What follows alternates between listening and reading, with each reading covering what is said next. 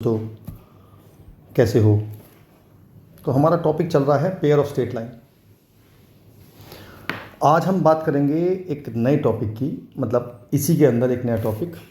हमने आपको बताया था कि जी पॉइंट ऑफ इंटरसेक्शन, मैंने आपको बताया था क्या होता है।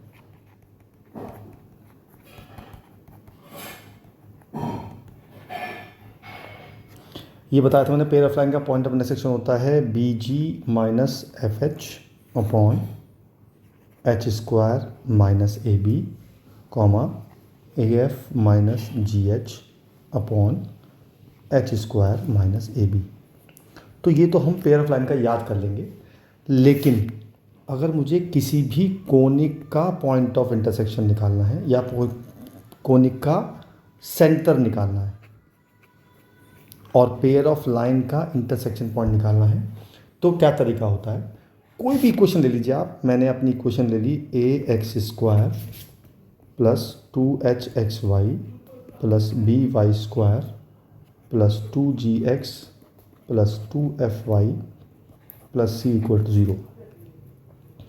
तो किसी भी कोनिक का सेंटर निकालने के लिए या पेयर ऑफ लाइन का पॉइंट ऑफ इंटरसेक्शन निकालने के लिए तो क्या करेंगे आप, पहले आप इस लाइन का डिफरेंशिएशन करेंगे एक्स के रिस्पेक्ट में। इसे कहते हैं पार्शियल डिफरेंशिएशन, पार्शियल डेरिवेटिव।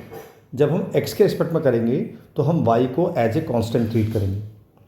तो जब इसका करेंगे तो हो जाएगा 2ax, ए बाहर आ गया, एक्स स्क्वायर का 2x, इसमें 2hy कांस्टेंट है, बाहर आ जाएगा और x का 1 हो जाएगा, प्लस ये तो पूरा कांस्टेंट ही है, 0 हो जाएगा। अगर मैंने y को कांस्टेंट माना है तो इसका हो जाएगा 2g और बाकी सब कांस्टेंट है, 0। तो पहली इक्वेशन मेरी ये आ गई। इसी तरह हम करेंगे इसी का डिफरेंशिएशन y के रिस्पेक्ट में, और इस बार x को लेंगे कांस्टेंट। तो ये कांस्टेंट है, 0 हो जाएगा। ये हो जाएगा 2hy कांस्टेंट है, 2hx, y का 1 हो जाएगा, plus B Y square 2by, 2gx constant है, 2fy का 2f हो जाएगा equal to 0। Now this is my second equation.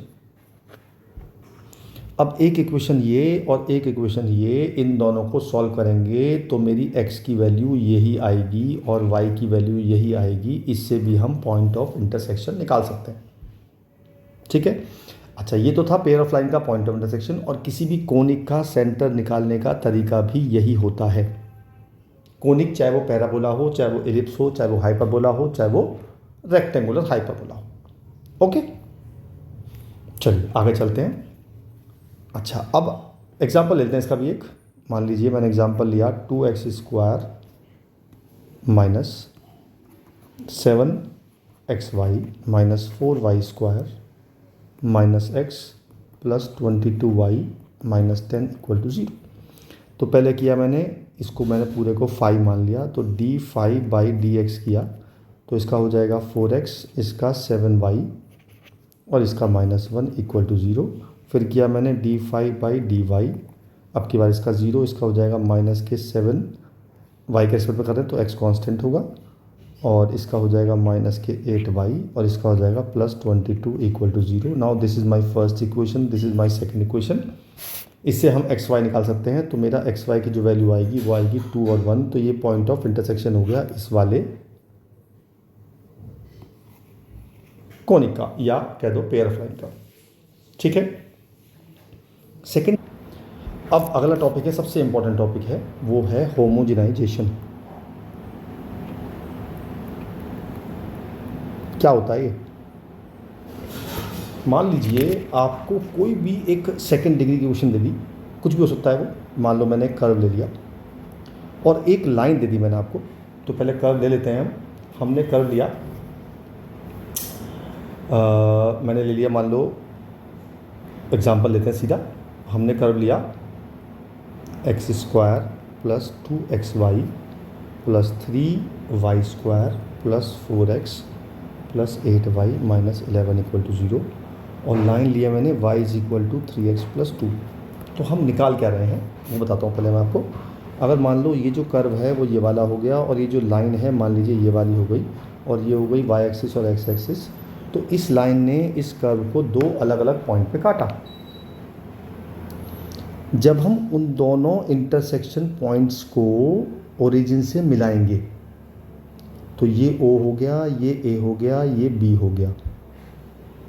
तो जब मैं चाहता हूँ OA एंड OB की कंबाइंड इक्वेशन,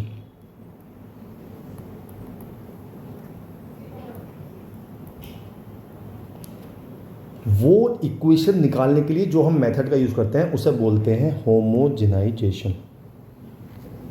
और करते क्या है उसमें वो भी सुन लीजिए।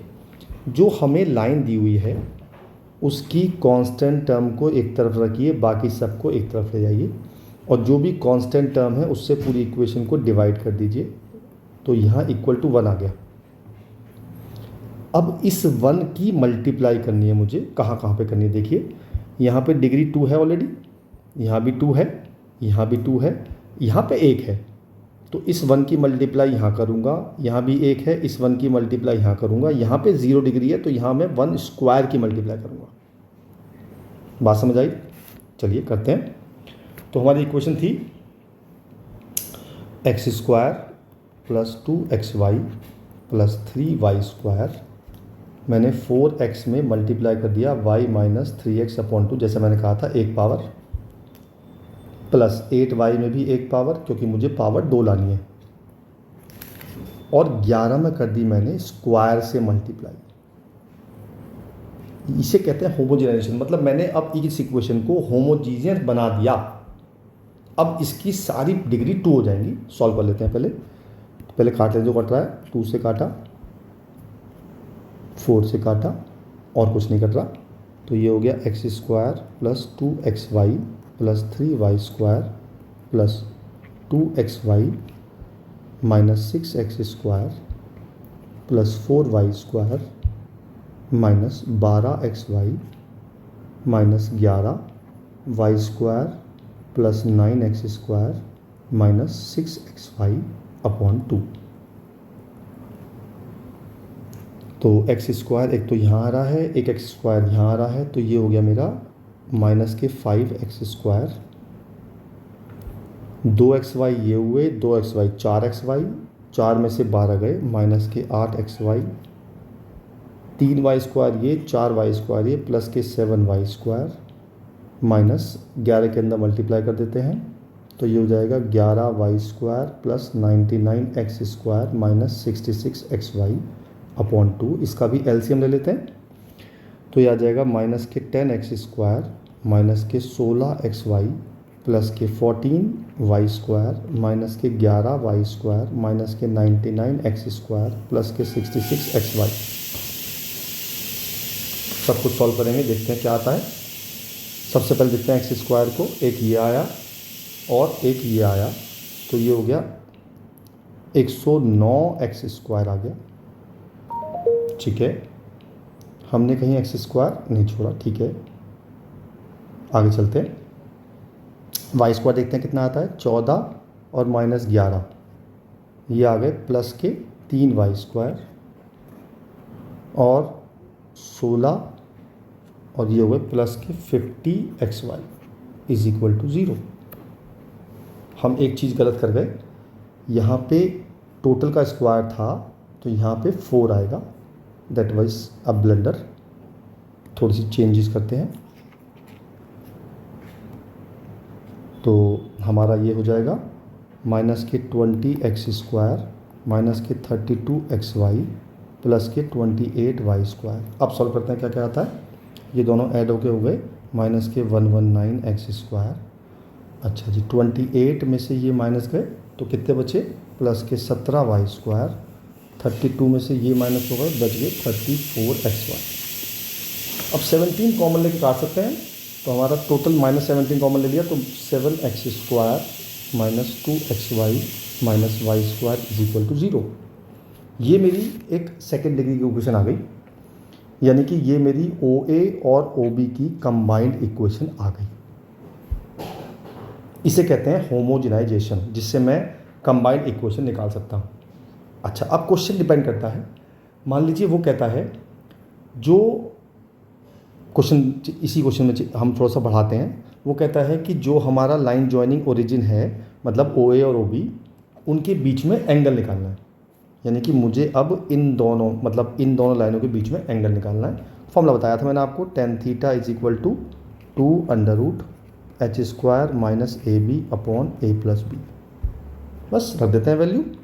h हो गया इसमें 1 -1 तो -1 का स्क्वायर, a हो गया इसमें 7 और ये हो गया -1, नीचे हो गया A+B यानी कि 7 - 1, तो ये हो गया मेरा 1 + 7, नीचे आ गया 6, ये कट गया इससे 3, तो मेरा आ गया √8/3, तो थीटा आ गया tan इनवर्स 2√2/3। ये तो एंगल आ गया।